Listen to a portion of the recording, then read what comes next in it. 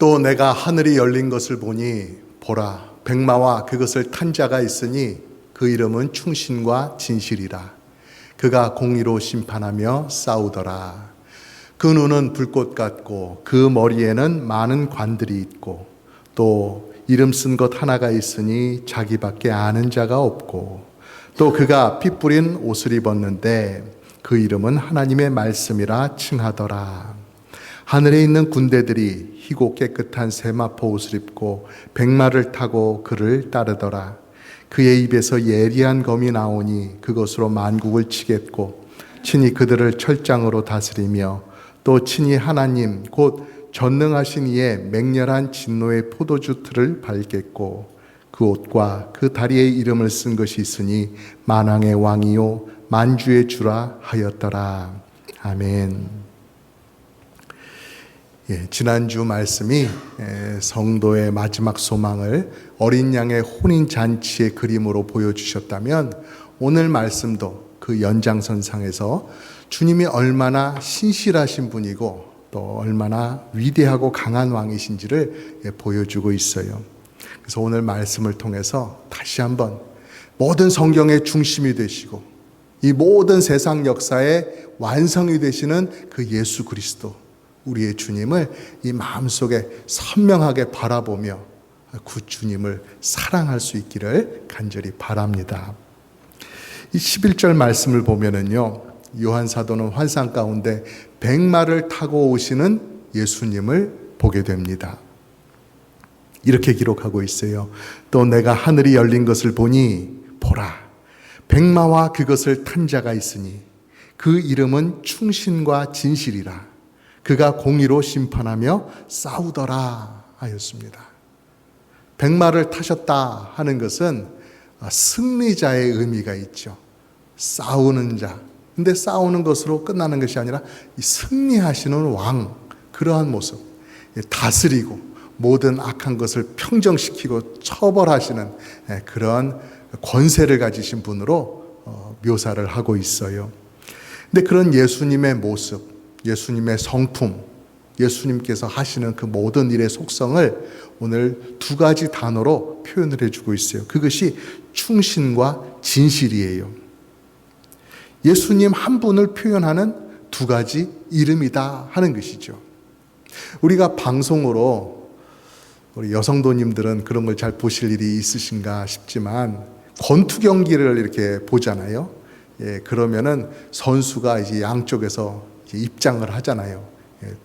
챔피언, 또 도전자, 이런 선수들이 입장을 할 때에 아나운서가 이 선수에 대해서 소개를 해준단 말이죠. 이 챔피언은 12전 전승, 근데 10KO승을 한 선수다. 그리고 이 선수의 주특기는 오른손 훅이다, 스트레이트다, 이런 것들을 얘기를 해준단 말이죠. 시청자들이 텔레비전 그 화면으로 선수의 모습을 이렇게 보고 있어요. 이 선수가 얼마나 튼튼한 팔을 가졌는가, 얼마나 강인한 눈빛을 가졌는가. 시청자들도 보고 있어요. 그러나 지금 당장 그 겉모습만으로는 볼 수 없는, 알 수 없는 그러한 내용들이 더 있다라는 것이죠. 이 선수가 12번의 경기를 했는데 다 이겼다. 그 중에서 10번은 그 링 위에서 상대를 바로 다운시키고 KO시킨 그러한 전적이 있다. 이거를 듣게 되면 오늘 이 선수는 아마도 또 이길 것 같아. 멋지게 KO로 또 경기를 이길 것 같아 하는 그런 기대를 가지고 이 선수는 정말 경기를 잘할 것 같구나 하면서 기대와 흥분을 가지고 이 경기를 보게 되잖아요. 그런 것처럼 오늘 말씀은 이 예수님을 우리에게 알려주는 거예요. 이분이 바로 충신이고 진실이다. 이렇게 우리에게 알게 해주는 거예요. 이 앞으로 예수님이 하시게 될 일들을 이 두 단어로 바라보게 하시는 거예요. 충신이라고 하면은 왕 앞에 잘 이렇게 모셔 서는 한 왕을 잘 섬기는 그러한 신하를 떠올릴 수 있는데요.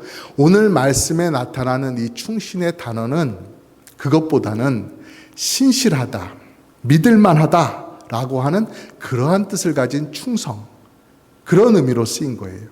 그래서 영어로도 보면은 faithful이라고 그렇게 표현을 하고 있잖아요. 구분이 되시죠? 예. 신실한 거예요.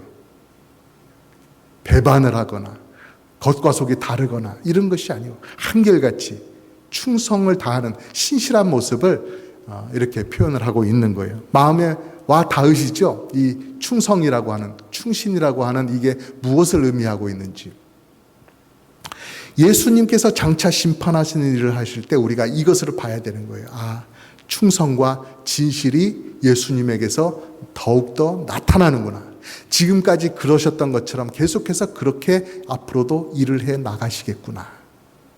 먼저 이 충성되시다라고 하는 의미를 살펴보면요, 그것은 하나님 아버지 앞에 충성을 다하시는 분이시다라고 하는 것을 알 수가 있어요. 예수님은 하나님 아버지께서 보내셔서 이 땅에 오셨죠.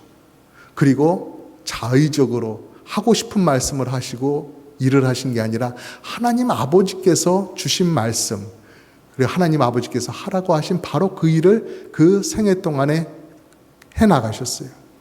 그리고 그 끝까지 하나님 아버지의 뜻대로 되기를 구하며 살아가셨는데 마지막까지 십자가, 그 고난의 길까지도 계속해서 걸어가신 주님이란 말이에요. 하나님 아버지의 뜻을 그렇게나 높이고 그 앞에 온전히 순종을 하셨던 예수님이시기 때문에 그분은 충성된 분이시다, 신실한 분이시다, 그렇게 표현을 할 수가 있는 것이죠. 그런데 예수님의 이 충성, 신실됨, 신실하심, 이것은 하나님 아버지께만 향한 것이 아니에요. 바로 우리들을 향해서도 그러한 모습을 보여주셨어요. 자기 백성을 끝까지 또 반드시 철저하게 구원의 자리로 이끌어 가시는 목자가 되신다는 거예요.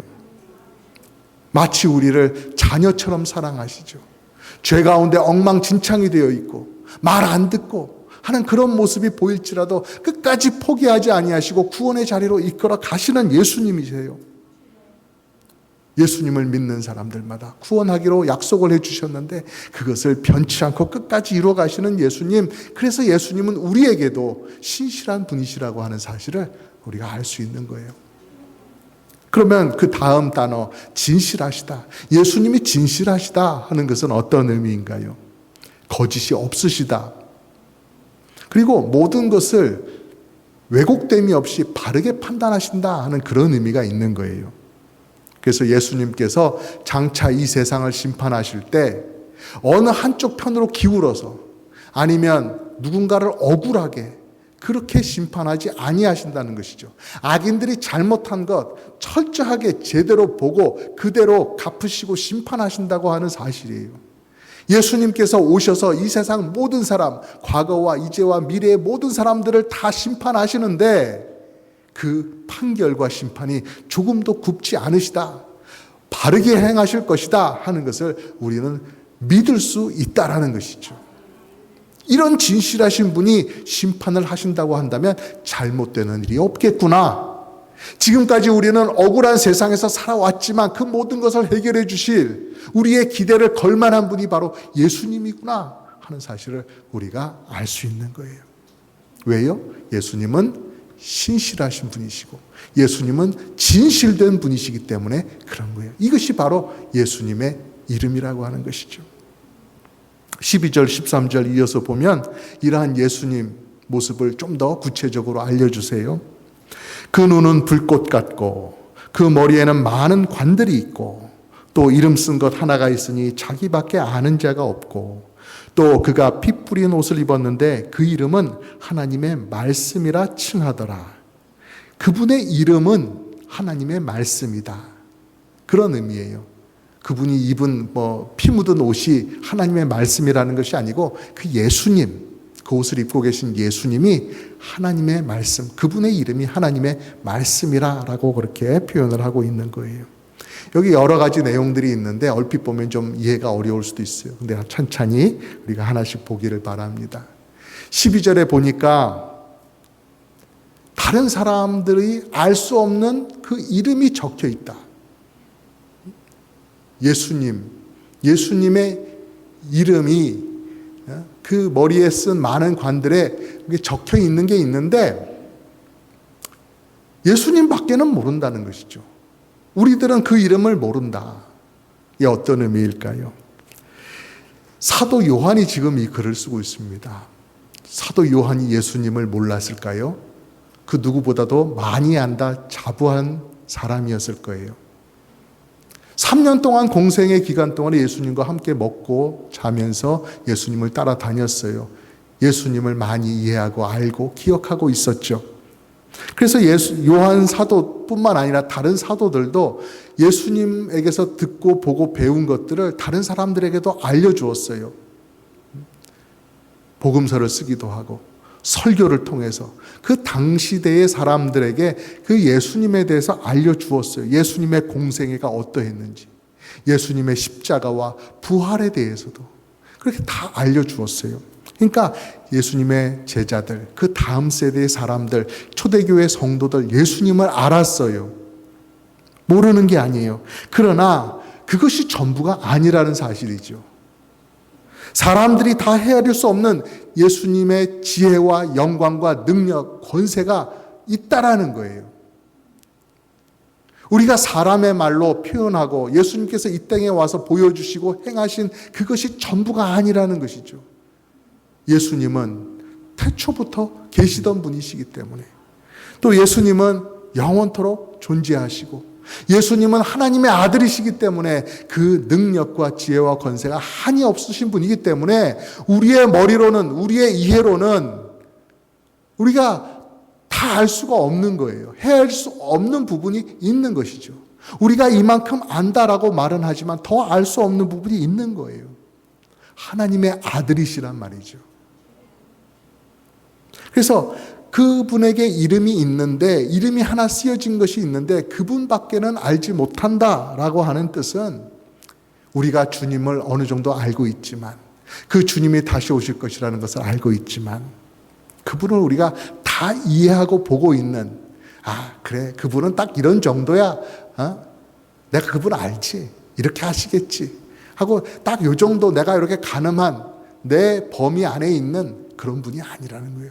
더 크고 위대하신 분이라고 하는 사실을, 그러한 세상이 주님께서 펼쳐나가실 것이라고 하는 사실을, 우리에게 앞에 있는 예수님과 함께하는 엄청난 영광이 있다는 그 사실을 우리에게 보여주시는 것이죠. 그런데 그렇게 크고 위대하신 예수님께서 이 땅에 다시 오시는데, 멋지게 화려한 옷으로 이렇게 장식하고 오시는 그런 모습으로 그리는 게 아니라 피 묻은 옷을 입고 계신다, 그렇게 말씀을 하시는데 왜 그럴까요? 이 모습이 15절에서도 나타나고 있어요. 옛날에 이스라엘에서 포도를 추수를 하면 그 포도를 가지고 이제 즙을 내야 되잖아요. 포도주를 만들기 위해서. 그래서 포도주 틀이라고 하는 곳에 넣고서 이제 밟지요. 그래서 포도가 다 까지고 그 즙이 나오도록, 그렇게 한쪽으로 그 즙이 모아지도록 밟잖아요. 그러면 그 포도즙이 막 튀는 것이죠. 그런 것처럼 예수님께서 마지막 날에 오셔서 악인들을 처벌하고 이 세상을 정리하실 때에 악인들을 밟으시는 모습이 마치 그와 같다. 그래서 그 악인들이 흘리는 그 피가 그렇게 포도즙 틀에서 바른 이의 몸에 이렇게 튀는 것처럼 예수님의 옷에 튀게 된다라고 하는 사실을, 그것을 말씀하는 거예요. 이 땅에서 눈물과 고통으로 그렇게 살아가던 성도들의 이 억울함, 답답함, 그것을 갚아주시는 모습을 보여주시는 거예요. 자녀들을 위해서 혹독한 모습으로 나타나고 있지만 한치의 기울어짐도 없이 공의로 올바르게 악인들을 심판하시는 모습을 보여주시는 거예요. 여러분, 우리의 이해로는 다 알 수 없는 예수님이라고 했어요. 그만큼 위대하신 분이 바로 우리의 주님이라고 하셨어요.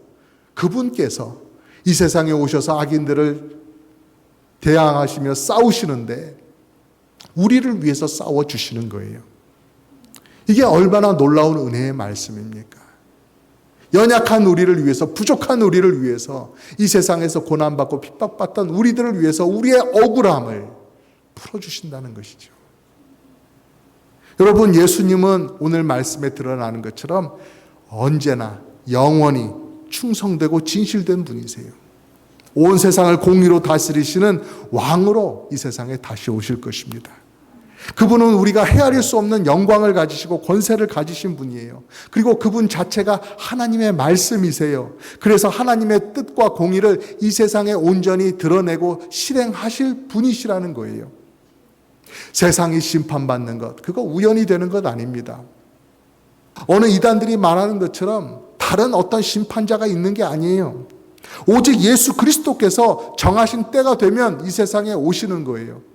하나님의 뜻대로 공의대로 심판을 하시는 것이고, 그리고 완전한 승리를 거두실 것이에요.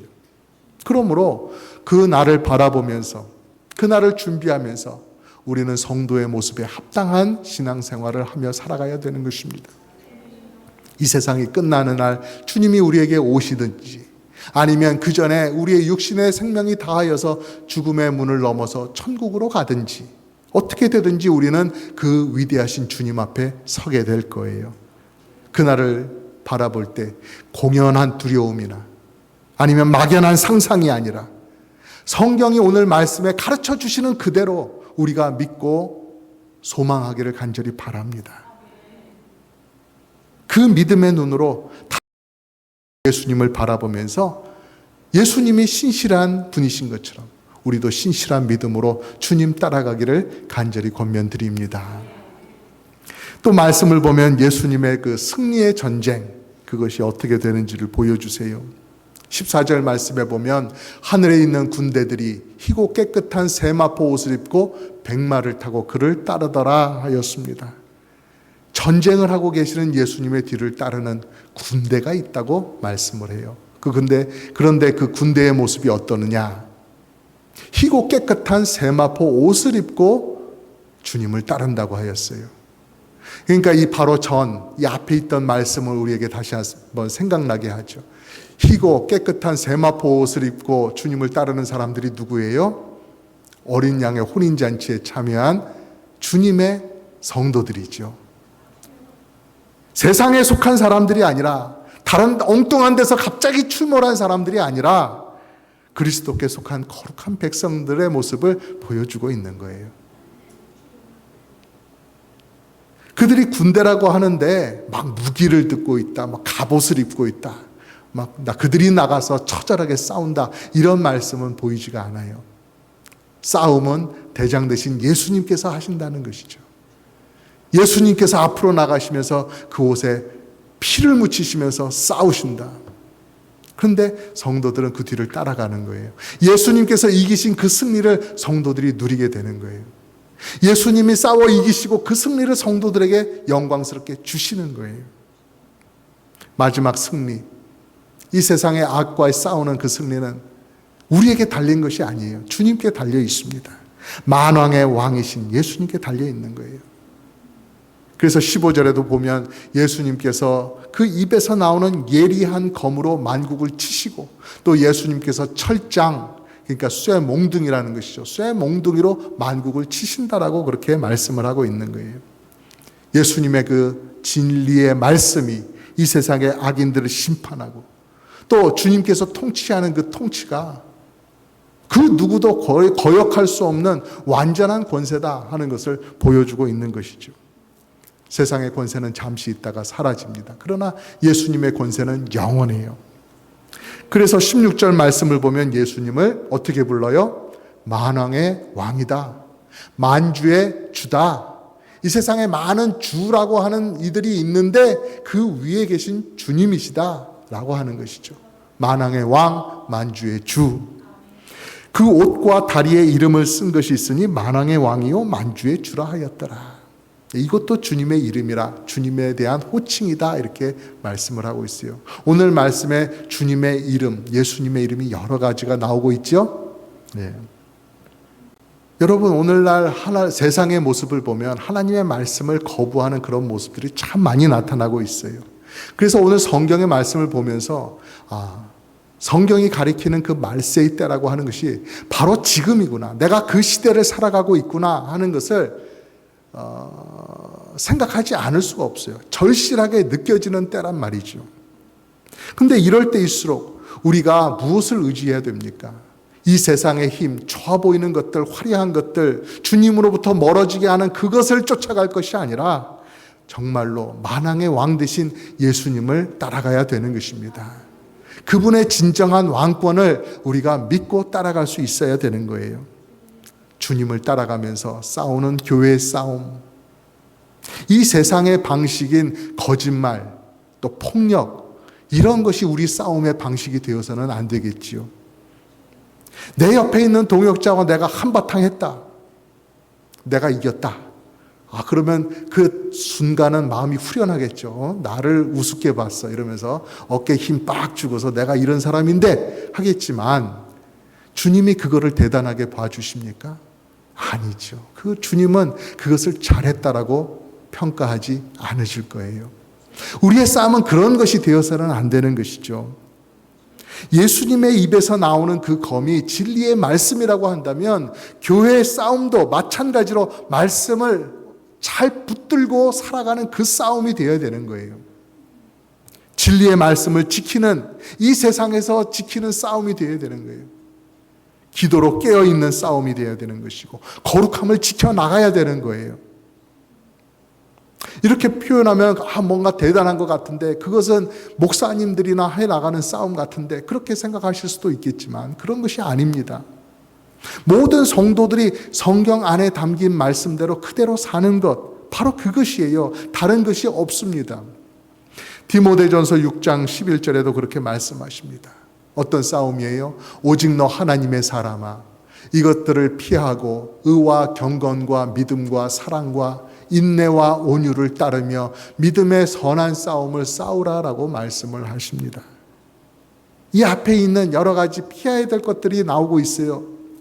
내 정욕대로 행하는 것, 내 입술을 더럽히는 것, 내 걸음을 걸려 넘어지게 만드는 것, 내 동역자의 마음을 찌르는 것, 교회를 흔드는 것, 하나님의 질서를 무너뜨리는 것, 이런 것들을 피해야 한다는 것이죠. 여러분, 때로 내 자신을 쳐서 복종시키는 것, 그것이 뭐 그렇게 큰 것인가? 그게 뭐 그렇게 대단한 것인가? 누가 기억해 주겠는가? 이거 해서 뭐 하겠는가? 라는 그런 생각이 들 수도 있어요. 오늘 한 번의 죄의 유혹을 이겨나가는 것, 그것이 그렇게 무슨 큰 의미가 있는가? 그런 생각이 들 때도 있지요. 다른 사람들이 듣기 싫어하는 구주 예수님을 한 번 더 전하는 것, 나 자신을 낮추고 형제 자매들을 존귀히 여기며 사랑해 주는 것, 그것이 그렇게 큰일이 아닌 것처럼 느껴질 때가 있어요. 그러나 성경은 그것이 바로 예수님의 신부된 교회가 이 세상에서 싸워나가는 방식이다, 그렇게 가르쳐주고 있단 말입니다. 성도들은 세마포 옷을 입고 주님을 따르는 그 군대처럼 세상과 타협하지 않고 신앙의 정절, 신앙의 정조를 지키면서 살아야 돼요. 바벨론의 화려함에 마음을 빼앗기지 말아야 됩니다.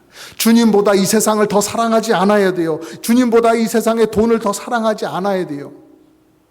편안함을 위해서 주님을 멀리하면 안 되는 것입니다. 그렇게 편하고 좋은 것, 이 세상이 제공해 주는 것만 따라가다 보면 어느덧 우리가 주님으로부터 멀어지게 될 수가 있어요. 그러니 여러분, 이 세상의 소리, 진리의 말씀으로 잘 분별하시고, 이 세상의 소리와 우리 환경에 흔들리지 말고 우리를 위해서 백마를 타고 오시는 그 신랑 되신 예수님, 만왕의 왕 예수님을 바라보시기를 간절히 바랍니다. 주님 품에 안긴 주님의 신부답게 그렇게 정절을 지키며 신실하게 그렇게 살아갈 수 있기를 간절히 바랍니다. 우리는 약해 보일지라도, 우리는 오늘도 부족해 보일지라도 승리는 예수님이 하셔요. 주님은 이미 승리하신 왕이라고 하셨어요. 만왕의 왕, 만주의 주를 뵐 날이 우리에게 점점 더 가까이 오고 있습니다. 그것을 소망으로 삼고 굳건히 서시기를 주님의 이름으로 축복합니다.